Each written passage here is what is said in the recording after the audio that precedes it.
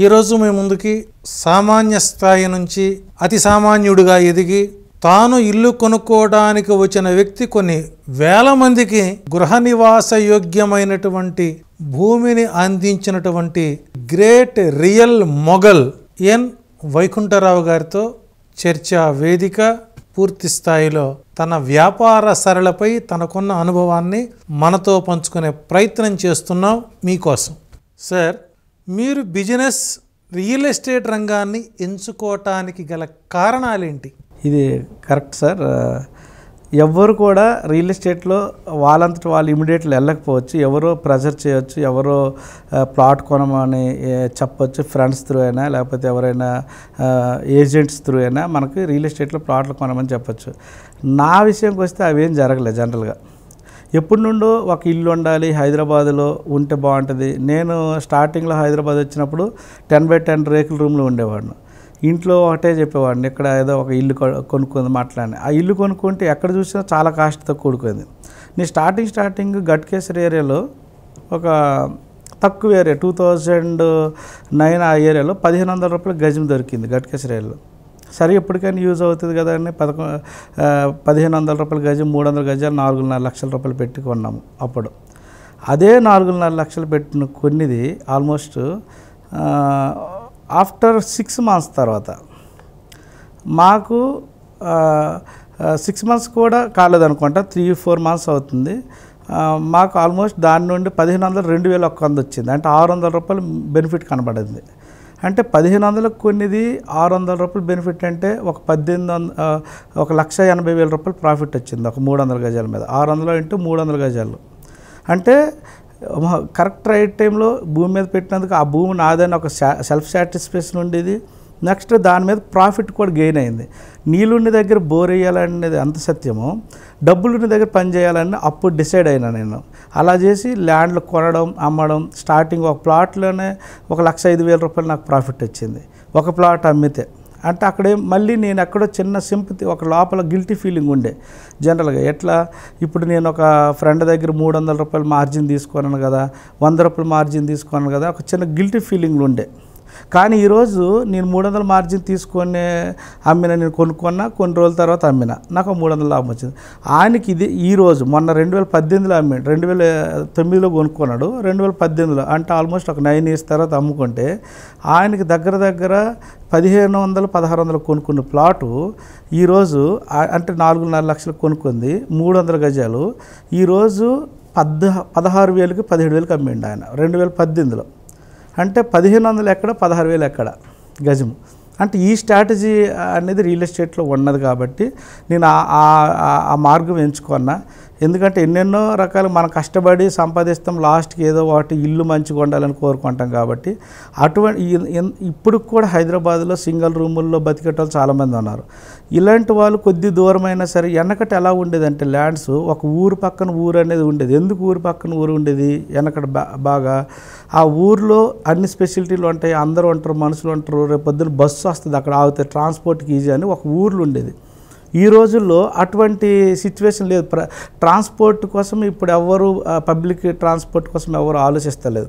Own transport ఇప్పుడు ఉంది కాబట్టి అందుకోసమే ఊరి దగ్గర వాల్యూ ఉండేది. వితౌట్ ఊరికి పొలిమేరలు అనుకోండి దూరంలో వాల్యూ తక్కువ ఉండే.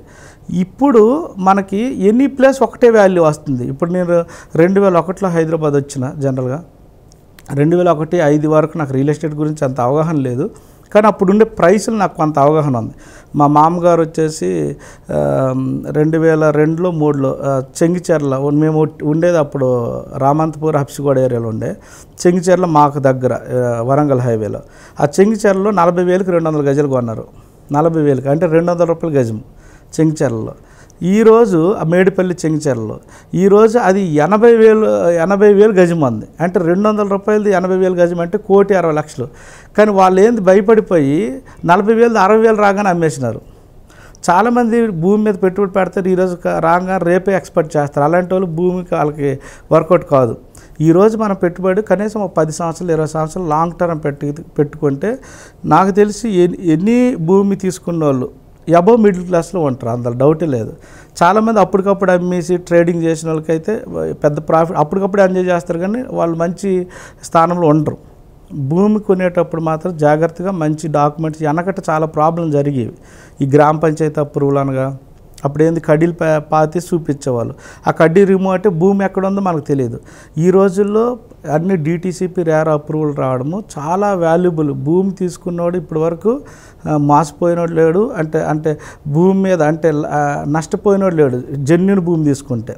భూమి కొనేవారికి భవిష్యత్తులో ఎలాంటి భూ వివాదాలు లేకుండా ఉండడం కోసం మీరు ఎలాంటి ప్రాంతాల్లో ఉన్న భూమిని ఎంచుకొని వాటిని వెంచర్లుగా మీరు అమ్మే ప్రయత్నం చేస్తున్నారు? మంచి question sir, excellent. Before almost 2019 before గ్రామ పంచాయతీ అప్రూవల్ లేఅవుట్లు కూడా నడిచినాయి. ఈ గ్రామ పంచాయతీ అప్రూవల్ నడవడం వల్ల ఎన్ని ప్రాబ్లమ్స్ వచ్చినాయంటే, 1 ఎకరం తీసుకొని 10 ఎకరాల ల్యాండ్ ఉంటే 10 ఎకరాల్లోన ఈ 1 ఎకరం డాక్యుమెంట్ తోటి ఎక్కడైనా రిజిస్టర్ చేసేవచ్చు. వెనకటి చాలా ప్రాబ్లం ఏం జరిగిందంటే 10 ఎకరాలు మొత్తం ఫిజికల్గా పొజిషన్ హ్యాండ్ ఓవర్ చేస్తారు రైతులు. 10 ఎకరాల ల్యాండ్ ఈ బిల్డర్ ఏం చేస్తారు, 1 ఎకరము 2 ఎకరాలు కొంటాడు. ఈ 1 ఎకరం 2 ఎకరాలు కొని ఈయన కాన్ఫిడెన్స్ ఏంటంటే 10 ఎకరాలు నేనే కొంటాను మొత్తం అమ్మేస్తానని జనరల్గా ఆయన కాన్ఫిడెన్స్ ఉంటుంది, బిల్డర్ కాన్ఫిడెన్స్. కానీ ఈ 2 ఎకరాలతోటి 10 ఎకరాల్లో అక్కడక్కడ అమ్ముతాడు. తర్వాత ఈయనకో లేకపోతే ఇలాంటి కరోనా సిచ్యువేషన్లో అనుకోండి, లేకపోతే ఈ నోట్ల రద్దు అనుకోండి, ఏదో ఎలక్షన్ మూమెంట్లోనూ బిజినెస్ ఆగిపోతే, అప్పుడు తెలంగాణ మూమెంట్లో ఒకసారి బిజినెస్ తగ్గింది సపోజ్. అలాంటి మూమెంట్లు ఏమవుద్దంటే ఈయన రైతులకు డబ్బులు మొత్తం ఇవ్వలేరు. ఎప్పుడైతే రైతులకు డబ్బులు ఇవ్వలేరో ఈ రైతులు ఏం చేస్తారు, మీకు 10 ఎకరాలు లేవొట్టి మీకు హ్యాండ్ ఓవర్ చేయడం వాస్తవము, మీకు 2 ఎకరాలే రిజిస్టర్ చేసినాము, ఈ రిమైనింగ్ 8 ఎకరాలు మీరు రిజిస్టర్ చేయలేదని ఈయన ఏం చేస్తాడు, ఆ 2 ఎకరాలు ఇడిచిపెట్టేసి ఎక్కడో ఇడిచిపెడతాడు. ఆ 10 ఎకరాల్లో అందులో ఉండే ప్లాట్లు మాత్రమే సేఫ్ ఉంటాయి, రిమైనింగ్ ప్లాట్లన్నీ ఈయన దున్నేసి కబ్జా చేసుకుంటాడు రైతు. అయితే అప్పుడు ఎలాంటివన్నీ ఎందుకు జరిగినాయంటే, అప్పుడు ఈ గ్రామ పంచాయతీ అప్రూవల్కి ఎటువంటి ఆథరైజ్డ్ ఏమి ఉండేది కాదు. ఒక పేపరు రైతు పేరు మీద డాక్యుమెంట్ ఆ సర్పంచ్కి ఇచ్చేస్తే ఆయన ఒక ముద్ర కొట్టి ఇచ్చేసేవాళ్ళు. అప్పుడు అలాంటి ప్రాబ్లం ఉండడం వల్ల చాలా ప్రాబ్లమ్స్ అయినాయి.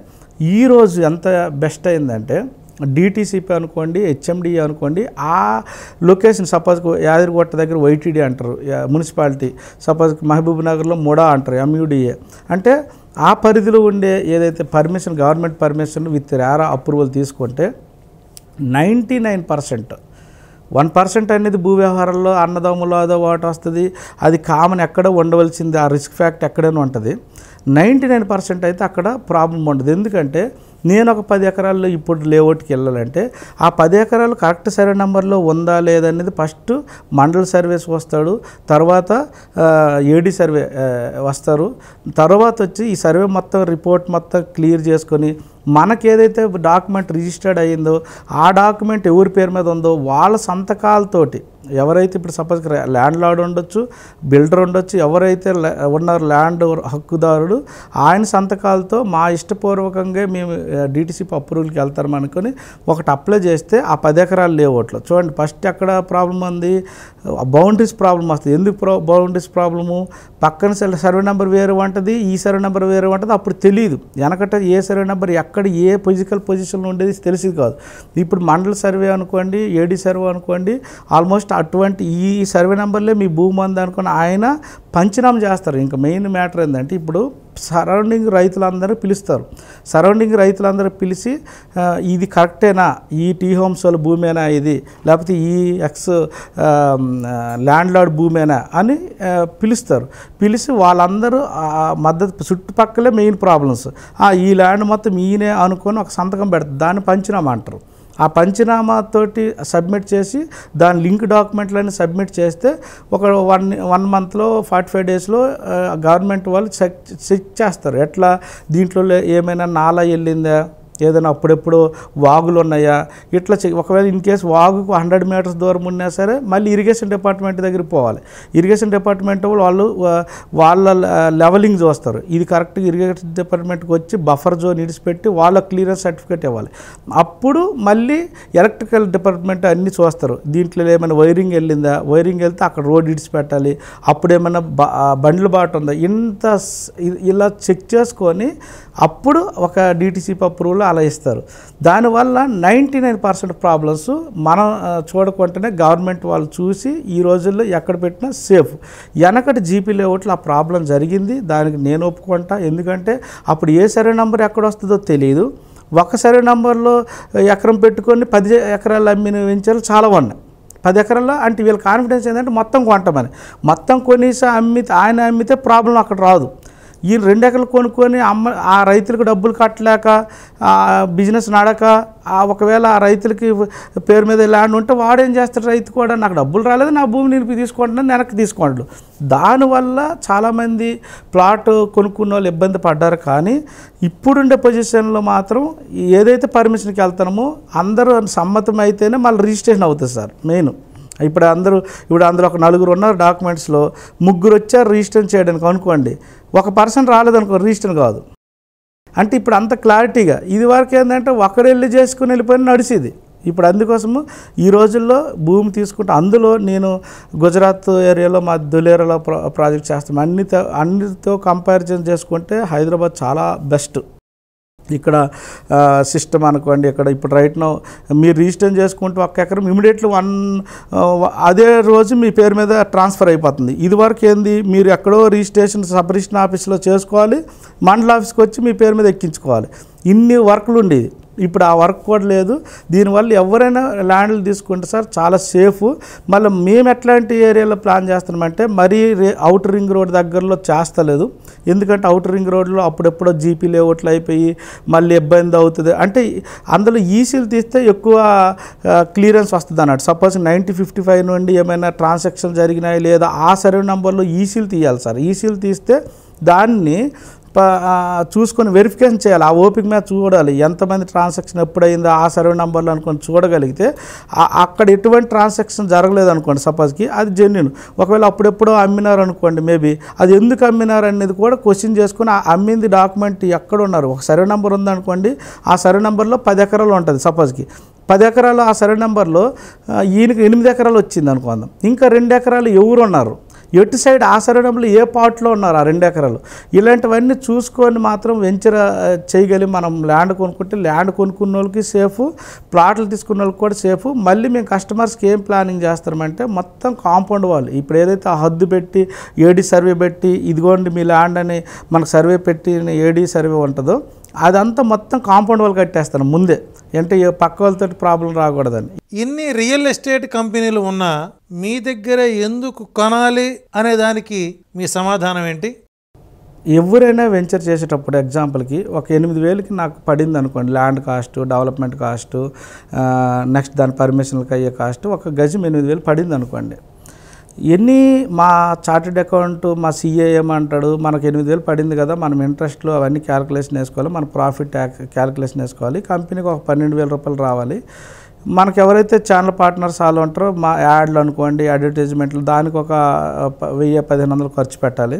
మొత్తం ఒక 15,000 14,000 పెట్టాలి అనుకొని 8,000ది 14,000 పెంచుతారు అన్నట్టు. ప్రాఫిట్ ఒక 4,000 అంటే 8,000 4,000 అంటే 12,000.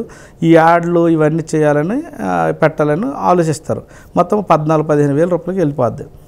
నా క్యాలిక్యులేషన్ ఎలా ఉందంటే, అలా వాళ్ళు ఎన్ని రోజులు వేస్తారు ప్లాను, కనీసం ఒక 2 సంవత్సరాలు వేస్తారు. ఒక 30 ఎకరాలు 40 ఎకరాలు ల్యాండ్ ఉందంటే ఆశమాష కాదు సార్, అమ్మాలంటే కనీసం ఒక 18 months 20 months లేకపోతే 24 months పడుతుంది, 2 years. ఈ 2 years ఇంట్రెస్ట్ అవన్నీ పడుతుంది. ఈ స్ట్రాటజీ నేను కొత్తగా ఆలోచించింది ఏదంటే, అవును ఇప్పుడు కస్టమర్కి 18 నెలల్లో నేను అమ్ముతాను అనుకొని పెంచుకొని అమ్ముకొని 18 నెలలు ఎందుకు అమ్మాలి, 1 month 2 monthsలో క్లోజ్ చేస్తే బెటర్ కదా. అప్పుడు ఎప్పుడైతే 1 month 2 months పెట్టేటప్పుడు 4,000 ఎందుకు ప్రాఫిట్ పెట్టుకోవాలి, తక్కువ మార్జిన్ పెట్టుకుంటే చాలు కదా. నాకు వచ్చే రూపాయిని కస్టమర్కి బెనిఫిట్ కలిగితే కస్టమరే న్యాయం పడతాడు. అదే స్ట్రాటజీ తోటి లెస్ ప్రాఫిట్ మోర్ బిజినెస్ అనే కాన్సెప్ట్ తోటి సార్ వితిన్ 1,000 మార్జిన్ పెట్టుకున్నాను అనుకోండి, చాలు నా కష్టానికి నా తిరగడానికి 1,000 చాలు. నా యాడ్లు ఇవ్వడానికి అనుకోండి, ఎక్స్ట్రా ఎక్స్పెండిచర్ అనుకోండి, అది ఒక 1,000 రూపాయలు, మొత్తం ఒక 10,000కి అమ్మేసిన అనుకోండి ఎగ్జాంపుల్కి. ఈరోజు నా దగ్గర కొనుక్కున్న కస్టమర్ ఏ రకంగా కొంటాడు, నాకు తెలిసి పెద్ద బిగ్ షాట్లు ఎవరు కొనరు, వాళ్ళందరూ ఎకరాల లెక్కే కొంటారు. కొన్ని వాళ్ళందరూ వాళ్ళ పిల్లల పెళ్ళిళ్ళ కోసము లేకపోతే వాళ్ళ పిల్లల చదువుల కోసమో ఏదో భవిష్యత్తుకి పనికి వస్తుందని పెట్టుకుంటారు. ఈరోజు నా దగ్గర 10,000 కొన్నిది ఆఫ్టర్ 2 years తర్వాత బ్యాంక్ ఇంట్రెస్ట్ కంటే ఎక్కువ రాకపోతే నేను ఎందుకు ఆ బిజినెస్ చేయాలి? ఆ పాయింట్ ఆఫ్ వ్యూ కొన్ని దగ్గరలో ఉన్నాయి. నేను 10,000 కొన్ని 5 సంవత్సరాల కింద కొంటే ఈరోజు అమ్ముతుంటే 10,000 రాకపోతే ఎందుకు అటువంటి బిజినెస్ మనం చేయాలి? అటువంటి డబ్బులు కూడా మనకు అవసరం లేదు. ఆ స్ట్రాటజీ ప్రకారం sir less profit more business. కస్టమర్కి ఈరోజు బెనిఫిట్ చూపిస్తే 100% మన వెంబడే వస్తాడు అనే కాన్సెప్ట్ తోటి వితిన్ 1-2 monthsలో క్లోజింగ్ కూడా అయిపోతే డబ్బులు కూడా మాకు కూడా వచ్చేస్తాయి. ఇదే డబ్బులు ఇంకో వెంచర్ చేస్తాము. అది ఆ స్ట్రాటజీ తోటే సార్. ఇంకొకరిని ఎవరినో చేయాలి. ఇప్పుడు నాకు కూడా ఆఫ్టర్ 6 months 7 months 8 months అయితే నేను కూడా సేమ్ రేట్లకు అమ్మాలి. ఇక్కడ పక్కనే రేట్లకు అమ్ముతాను. మరి నా ఇంట్రెస్ట్లు నా ప్రెజర్స్ అవన్నీ ఉంటాయి నాకు కూడా. నేను తెచ్చుకున్నప్పుడు నా అమౌంట్ అయినా నా పక్క ఫ్రెండ్ పెట్టినా ఎవరు పెట్టినా వాళ్ళకు కూడా నేను ప్రాఫిట్ చూపించగలగాలి.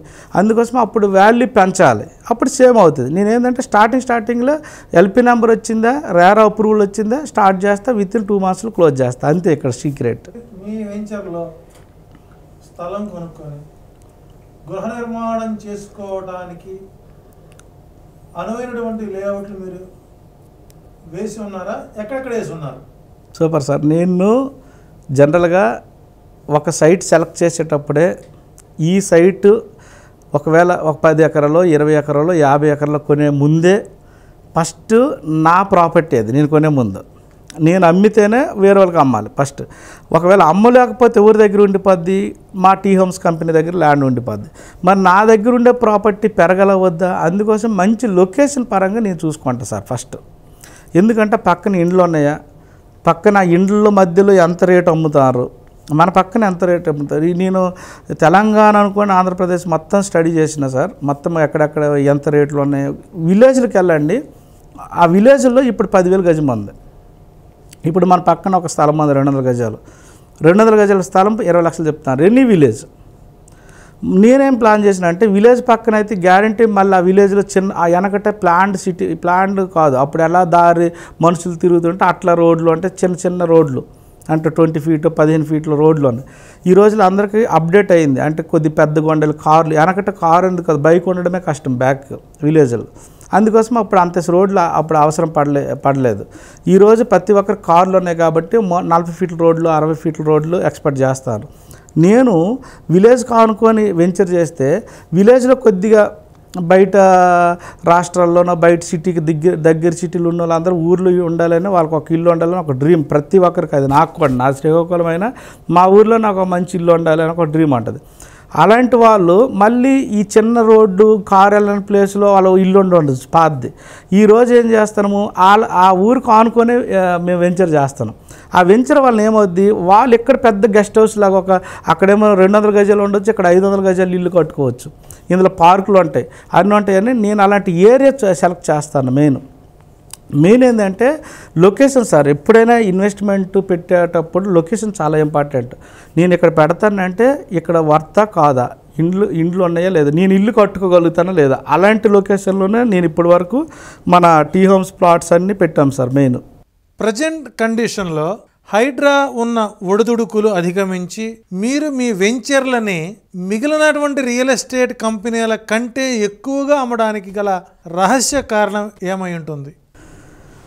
సార్ హైడ్రా రావడము ఆగింది అది అంటారు సార్. ఆగలేదు. అవ్వాల్సిన రిజిస్ట్రేషన్లు అవుతాయి, కావాల్సిన దగ్గర బుకింగ్లు చేసుకుంటారు, అన్నీ అవుతుంది. కానీ ఒక సాకు అప్పుడు కరోనా రాకముందు ఎట్లా మాట్లాడినారు, కరోనా వచ్చింది మొత్తం బిజినెస్ పడిపోయింది అన్నారు. ఆ తర్వాత ఎట్లా అయిందంటే 50 లక్షల ఎకరం ఉన్నది కూడా ఎకరం 50 లక్షలు ఉండేది. అది ఈరోజు ఆల్మోస్ట్ నాకు తెలిసి 2 కోట్లు, మీరు కావాలంటే 3 కోట్లు. ఏది మీరు శంకరపల్లి దాటిన తర్వాత మహితబ్ ఖాన్ కూడా ఇవన్నీ మేము కరోనాకు బిఫోర్ చూసిన ల్యాండ్లు 30 లక్షలు 40 లక్షల ఎకరం అన్నారు మహితబ్ ఖాన్ కూడా ఏరియాలో. ఇప్పుడు 3 కోట్లు చెప్తారు. అంటే వాల్యూ అనేది ఎక్కడ తగ్గదు. హైడ్రా వలన మెయిన్ ప్లస్ ఏమవుతుందంటే ఇంకా ఎటువంటి పడితే అటువంటి ల్యాండ్లు కొనడానికి కొద్దిగా జాగ్రత్త పడతారు. దీనివల్ల చాలా బెనిఫిటే. హైడ్రా వలన ఏదో కూల్చేస్తారు, ఇవన్నీ అపోహలు. ఇవన్నీ అంటే నాలాల పక్కన వెనకటి ఏదో తక్కువకు ఆశపడి తక్కువకి ఇస్తారు కదా అనుకొని చూసి ఆ బఫర్ జోన్లు ఉన్నది కూడా మనం ఎంతకో రేటుకి కొనుక్కోవడం, అలా ఇల్లులు కట్టడం, అలా చేయడం వల్ల ఇప్పుడు అలాంటి నాలాల దగ్గర ఫ్రీగా వచ్చిన కొనరు. ఎందుకు హైడ్రా వలన అర్థమైంది జనాలకి. లేకపోతే అంత స్ట్రాంగ్ నిర్ణయాలు అప్పుడు మన తీసుకోకపోయినా జనాలకు అర్థం కాదు ఒకటి. కానీ రెండోది హైడ్రా వలన ఎవరైనా లాస్ అయితే గవర్నమెంట్ వాళ్ళకి లాభం చేకూర్చాలని కూడా నేను మనస్ఫూర్తిగా కోరుకుంటున్నాను. ఎందుకంటే పర్మిషన్లు ఇచ్చింది వాళ్ళే, మీటర్లు ఇచ్చింది వాళ్ళే కాబట్టి గవర్నమెంట్ పేదలు లాస్ అయితే మాత్రం 100% గవర్నమెంట్ చూసుకుంటే చాలా మంచిది. హైడ్రా నుండి అయితే ఎటువంటి ఎఫెక్ట్ లేదు. అయితే మా దగ్గర ఎట్లా జనాలు ఎక్కువ ఈ టైం ఇప్పుడు కూడా కొంటారంటే నేను ఇంతకుముందు మీకు చెప్పినట్టు లొకేషన్ చాలా ఇంపార్టెంట్ సార్. మా దగ్గర లొకేషన్ పరంగా బాగుంటుంది, డెవలప్మెంట్ కూడా చాలా బ్యూటిఫుల్. అన్నీ ఇప్పుడు వరకు మా వెంచర్లో ఫస్ట్ 1-2 వెంచర్లు మినహాయించి ఆల్మోస్ట్ అన్ని వెంచర్లు సీసీ రోడ్లు వేస్తాను. ప్రతి ఒక్క వెంచర్లో పార్కులు డెవలప్మెంట్ చేస్తాను. పార్కులు అనగానే చాలామంది ఏదో కట్టేస్తుంటారు, పార్క్ గోడ కడతారు, జస్ట్ ఒక 4-5 మొక్కలు పెట్టేస్తుంటారు. అట్లా కాదు, నేను ప్రతి పార్కులో టైల్స్ వేస్తాను. టైల్స్తో పాటు ఇప్పుడు బెంగళూరు స్టోన్స్ ఒకటి ఉంటాయి, ఉయ్యాళ్ళు అలాంటి పరుగులలు అలాంటివన్నీ మంచి అంటే నేను ఇచ్చే డెవలప్మెంటు నియర్ బై హైదరాబాద్లో 50,000 రూపాయలు గజం అమ్మే వెంచర్లు ఏదైతే డెవలప్మెంట్ ఇస్తారో 50,000, 60,000 గజం అమ్మే వెంచర్లో నేను 8,000, 9,000, 10,000 అమ్మే రేట్లు కూడా అంతే డెవలప్మెంట్స్ ఇస్తాను. దీనివలన కస్టమర్ చూస్తారు. ఇప్పుడు కస్టమర్ మనకంటే చాలా తెలివైన వాళ్ళు. ఇప్పుడు మా దగ్గరికి ఈ సండే వస్తారు, చూస్తారు, ఇంకో 4 సండేలు ఇంకో దగ్గరికి పోయి అన్నీ చూసారే దీనికంటే వీళ్ళు డెవలప్మెంట్స్ బాగుంది, ప్రైస్ కూడా చాలా బాగుంది, లొకేషన్ పరంగా కూడా మంచి ఏరియాలో ఉంది కాబట్టి 100% ఇక్కడ కొనాలని మనకి బిజినెస్ అవుతుంది సార్. ఇది మన success motto. Main development, location, price, ఈ 3 వలన మనం చేస్తున్నాం సార్. మెయిన్ ఎలాంటి వాడికైనా ధర ఎలా ఉన్నా వాస్తు మీద పూర్తి స్థాయిలో కొంత అవగాహన కోరుకుంటారు. మీ వెంచర్లో మీరు వేసే ఫ్లాట్లకి ఎలాంటి వాస్తు నియమాలు పాటిస్తున్నారు సార్? ఎగ్జాక్ట్లీ మన వెంచర్లో క్రాస్ రాని ఏది రాని ఎగ్జాంపుల్కి ఈస్ట్కి వెస్ట్కి స్ట్రైట్ పెడతాం. 360 డిగ్రీలో 90 డిగ్రీస్ కరెక్ట్ చూస్తారు ఎలాగో అట్లా మేము వాస్తు అక్కడ ఇలా తిప్పితే కొద్దిగా మనకి కలిసి వస్తుంది కదా, స్ట్రైట్ అవుతాయి కానీ చూడం. ఫస్ట్ ఈస్ట్ వెస్ట్ ప్రతి ఒక్క వెంచర్లో ఫస్ట్ అది చూస్తాం. లాస్ట్ ఎండింగ్ ప్లాట్లో కొన్ని క్రాస్ ఉండొచ్చు. కస్టమర్లకు కూడా మేము ఏం చెప్తామంటే ఒకవేళ ఈశాన్యం ప్లాట్ పెరిగితే తీసుకోండి, వితౌట్ ఎనీ క్రాస్ ఉందా, సపోజ్ ఆగ్నేయాలు పెరిగిన ఎనీ క్రాస్ మీకు నచ్చకపోతే క్రాస్ కట్ చేసి స్కేర్ మొక్క ఏదైతే ఉంటుందో అది మీరు రిజిస్టర్ చేసుకోండి అని సలహా ఇస్తాము. దానివల్ల వాస్తు మాత్రం మంచి ఎంట్రీ కూడా సపోజ్కి ఈశాన్యంలో ఉంటే ఏ రూట్లో ఈస్ట్లో వెంచర్ ఉంటే ఏ స్థానంలో ఎంట్రీ అయితే మంచిదో, రూపాయి డబ్బులు ఎక్కువ ఉన్నా అక్కడ ల్యాండ్ లేకపోయినా అది కొనేసి అక్కడే ఎంట్రీ పెడతాం. దానివల్ల నేను అక్కడనే కాదు అందులో తీసుకునే ప్రతి కస్టమర్ కూడా మంచి జరగాలి. వాస్తు పరంగా ఇల్లు అయినా ఒక వెంచర్ అయినా దానికి వాస్తు ఉండడం నేను చాలా చూస్తాము. ఎన్ని వెంచర్లు కూడా అదొకటి ఫాలో అవుతాం మేము. ఇప్పటి వరకు మీరు మీ వెంచర్ ద్వారా ఎన్ని ఎకరాల భూమిని అమ్మి ఉంటారు సార్? ఇప్పటి వరకు మనము 14 సంవత్సరాల నుండి రియల్ ఎస్టేట్లో ఉన్నాను. ఆన్ యావరేజ్ ఒక 800 ఎకరాల వరకు డెవలప్మెంట్ చేసినాం సార్. అన్ని DTCP లేఅవుట్లు, HMD అప్రూవల్, 50 ఎకరాలు, 20 ఎకరాలు.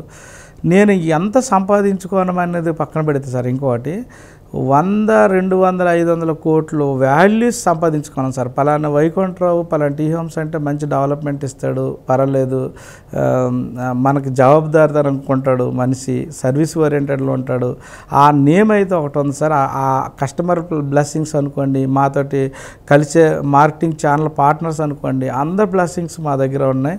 దానివల్ల చాలా హ్యాపీగా ఉంది సార్ మాకు. అల వైకుంఠపురంలో అనే టైటిల్ సినిమాకు ముందు పెట్టారా, ఆ తర్వాత పెట్టారా? సార్ ఇది మంచి క్వశ్చనే.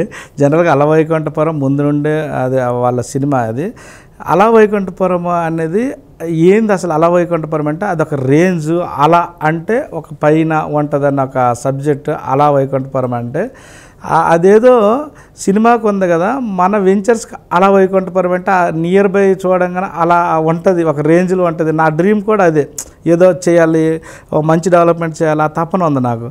అలా చేయాలనుకుని అలా వైకుంఠపురం అని అందులో స్వామికార్యం స్వకార్యం అన్నట్టు నా పేరు వైకుంఠరావు. ఆ వైకుంఠరావు మ్యాచ్ అవుతుంది అని ఒక ఉద్దేశంతో ఆ సినిమా తర్వాతే ఆల్మోస్ట్ అల వైకుంఠపురం. అది అల వైకుంఠపురంలో ఇది అల వైకుంఠపురం అంటే ఎలా పెట్టామన్నట్టు, అంటే అల వైకుంఠపురం అని.